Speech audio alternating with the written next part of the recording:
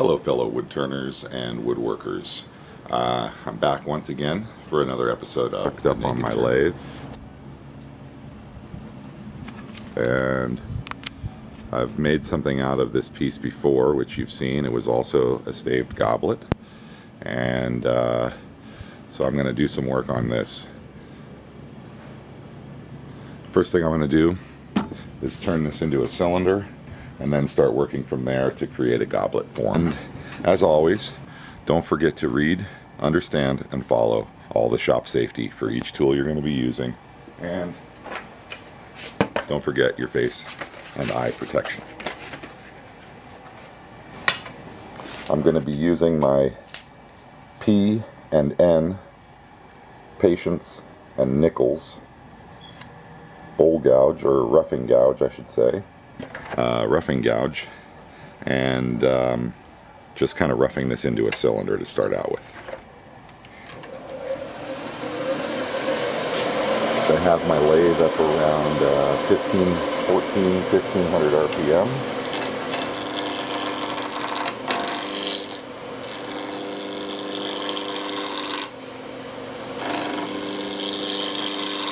I'm running this video around 8 times speed and roughing this into a cylinder.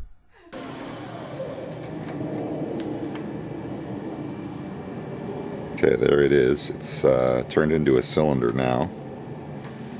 And you can see some little edges of the oak coming through right here at these 4 quadrants. Okay, so now what I'm going to do is get out my skew chisel, and I'll be using my skew chisel up here toward the head. Here I am using my skew chisel to shape the top of the goblet profile.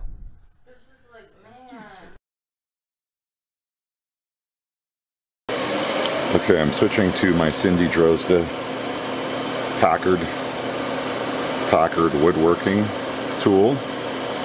And this is a fine detailing gouge.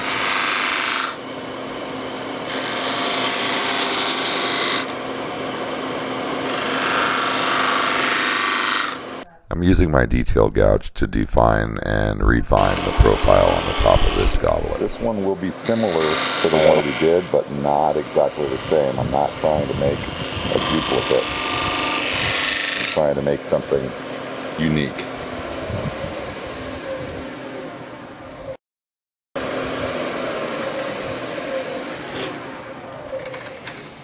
And let's see, I may try to do a captive ring here. It could end up exploding because it's made up of a bunch of small pieces, but I'm going to try to actually create a captive ring somewhere just a little bit below this, just a single captive ring. So using my parting tool to create the top edge of the captive ring inside of the goblet form, so that I have enough meat here that this isn't wobbling around too much. So let's back off my tailstock. Okay, so now I'm going to start the hollowing process.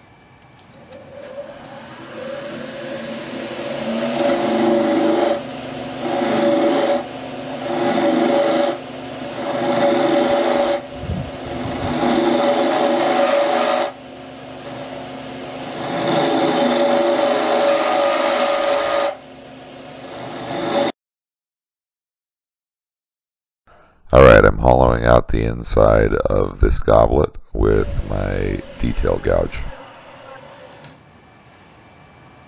Okay, I'm getting close to my final depth.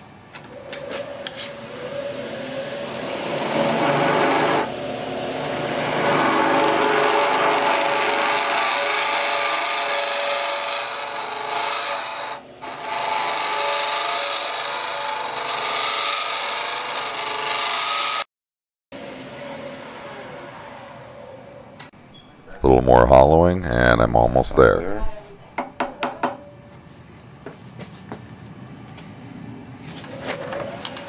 A bit more down inside of here.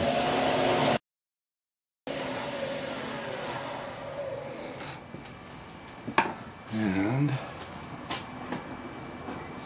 depth here.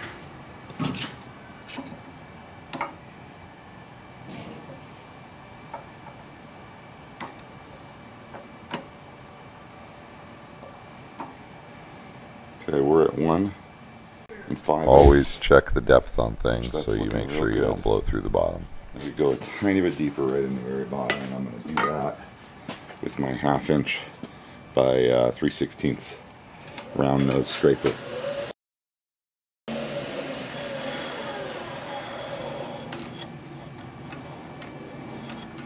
There it is. That feels real good.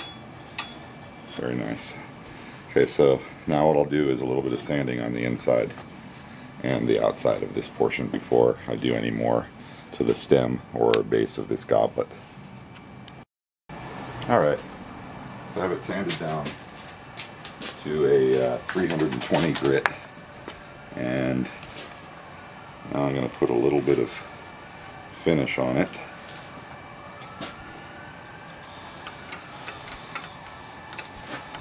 And just watch it pop, come to life. And my blade is wobbling around a little, so let me wedge off this wheel here.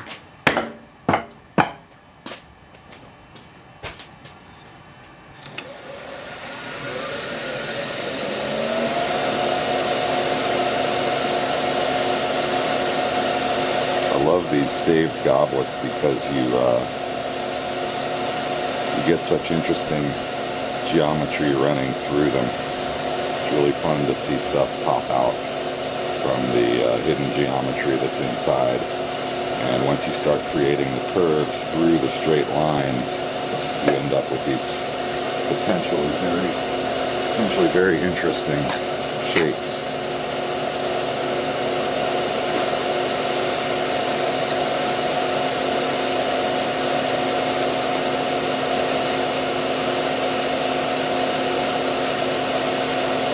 This particular little goblet will be really nice for small amounts of port.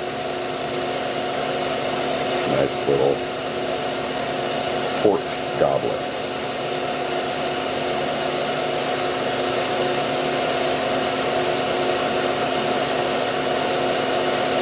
It's amazing how nice it is to drink stuff out of wooden vessels. It's so different than clay or glass or metal. It has a temperature very similar to the ambient temperature as well as our own body temperature, so you get a nice contrast between a cool drink inside and the warm edge of the goblet, or the medium temperature edge of the goblet.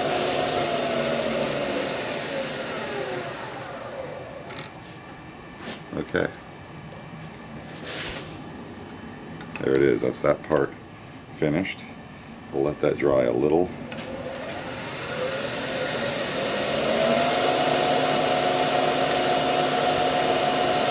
Buff this in real good.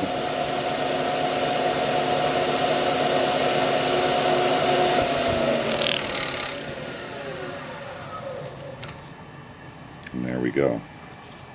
Okay, so now I'm going to take a fresh rag and just kind of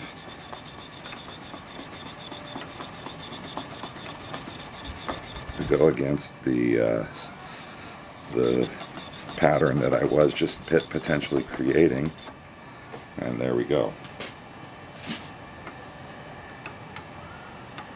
Alright, that's that portion of the goblet. Okay, so now I'm going to do a little bit more forming right here. Bring my tool rest up just a hair, and in, tightening it off.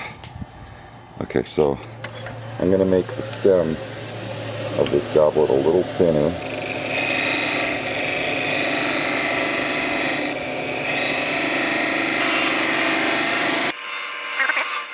So there I am, I'm through to the oak, central stave, and that's about the size that I want that to be.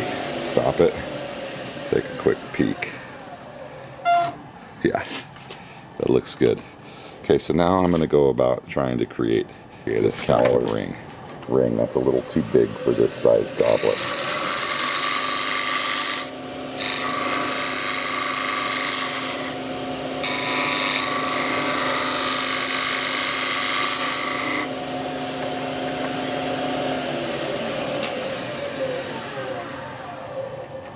And I'm wanting to try to keep a little bit of this mahogany there, so I can't go too much deeper or I'm going to lose it altogether.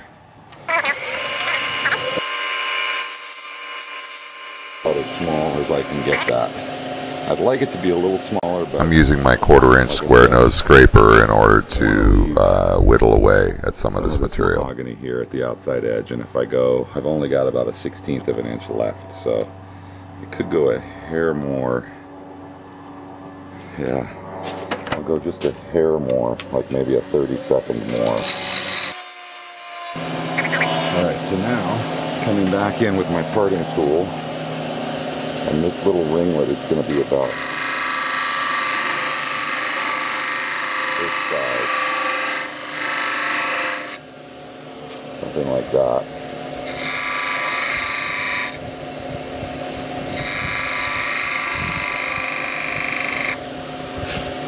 Something like that.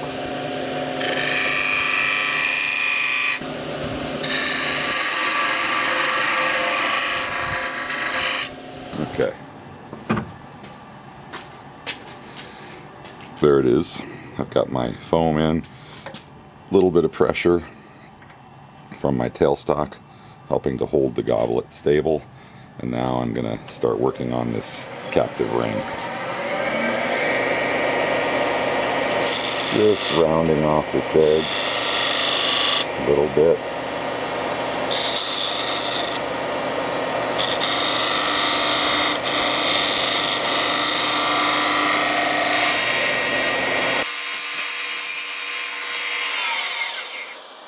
My parting tool again.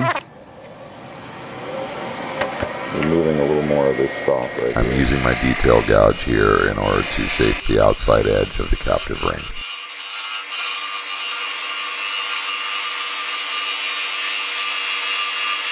Something like that.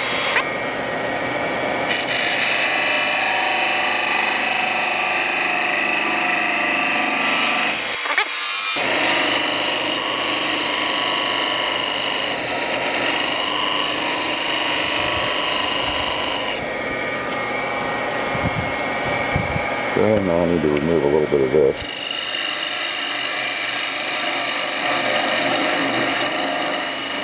Just because it's in the way of me getting... Alright, so now I'm going to work on parting off this captive ring, and hopefully it will not split apart.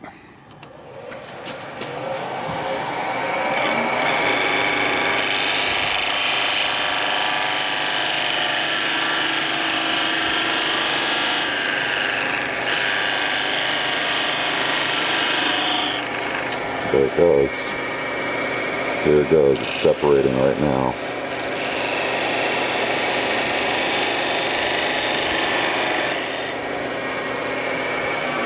Alright. Okay, that came out real nice. And now what I'll do is move this captive ring up to there. And I'll start shearing away this section here.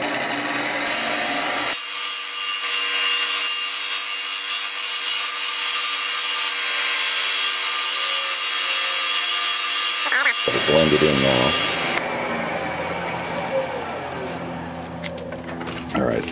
Alright, so what I'm doing is cutting myself a small strip of PSA, pressure sensitive adhesive backed sandpaper into a narrow strip, and then what I'm going to do is take and wrap that on right here.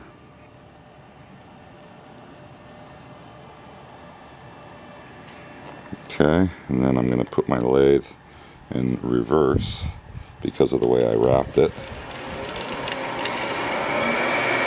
And then I'm going to use that to sand the inside of this captive ring.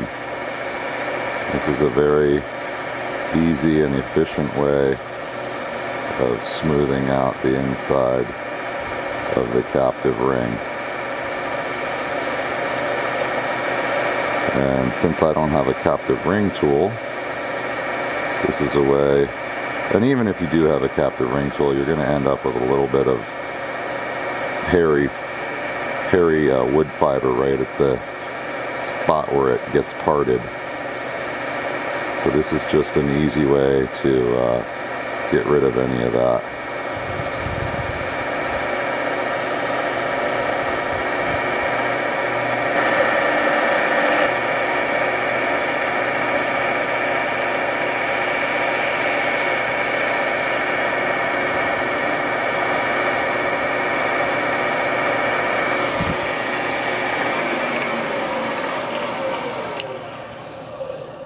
All right.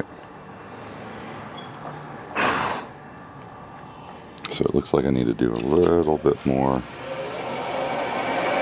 right there.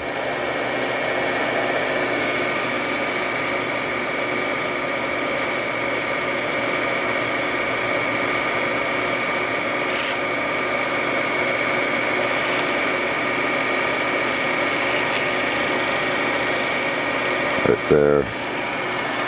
All right. And I think that now has it pretty good. I see one little spot right here.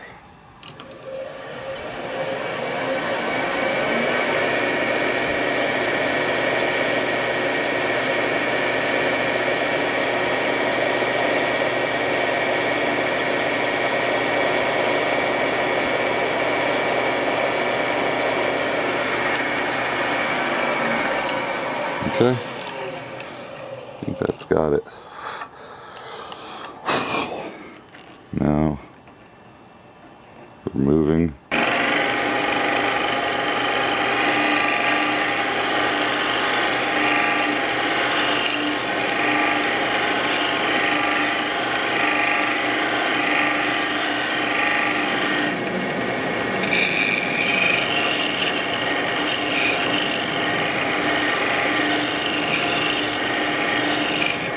Alright, there we go.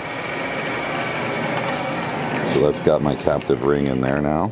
And now, I think what I'll do, I'm going to make a small bead somewhere down in here. So we'll start forming that. Let's see what that looks like.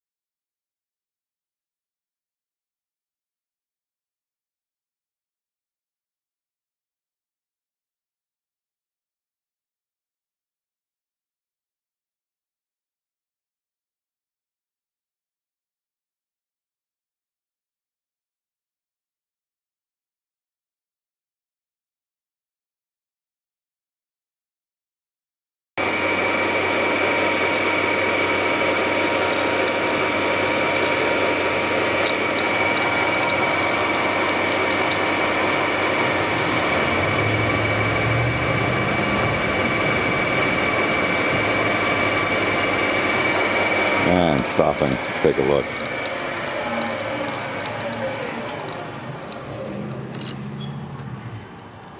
Alright, there it is.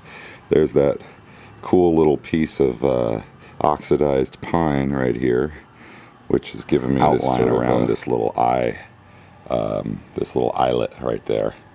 So yeah, this is turning out really nice. I'm just going to part it off, then I'll sand down the bottom and finish the bottom. Okay, coming in nice and close. Getting ready to part this.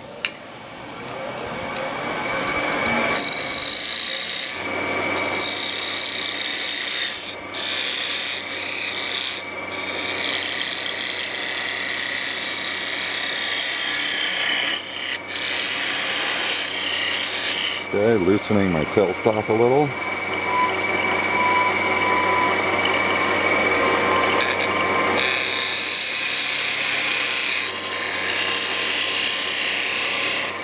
And slowing the speed down.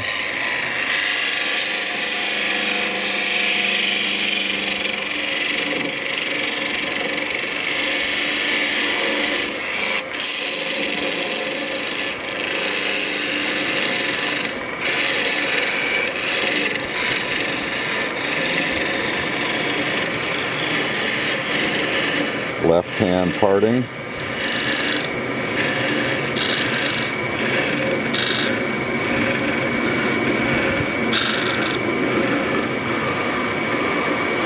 And here it goes. And that's it.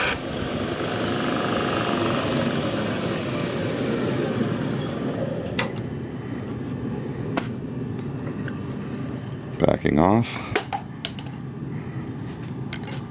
And there it is. Finished captive ring stave goblet. Cool looking inside. Very interesting geometry on the outside. And a nice little captive ring. That'll be a fun little one to play around with. Has a good look.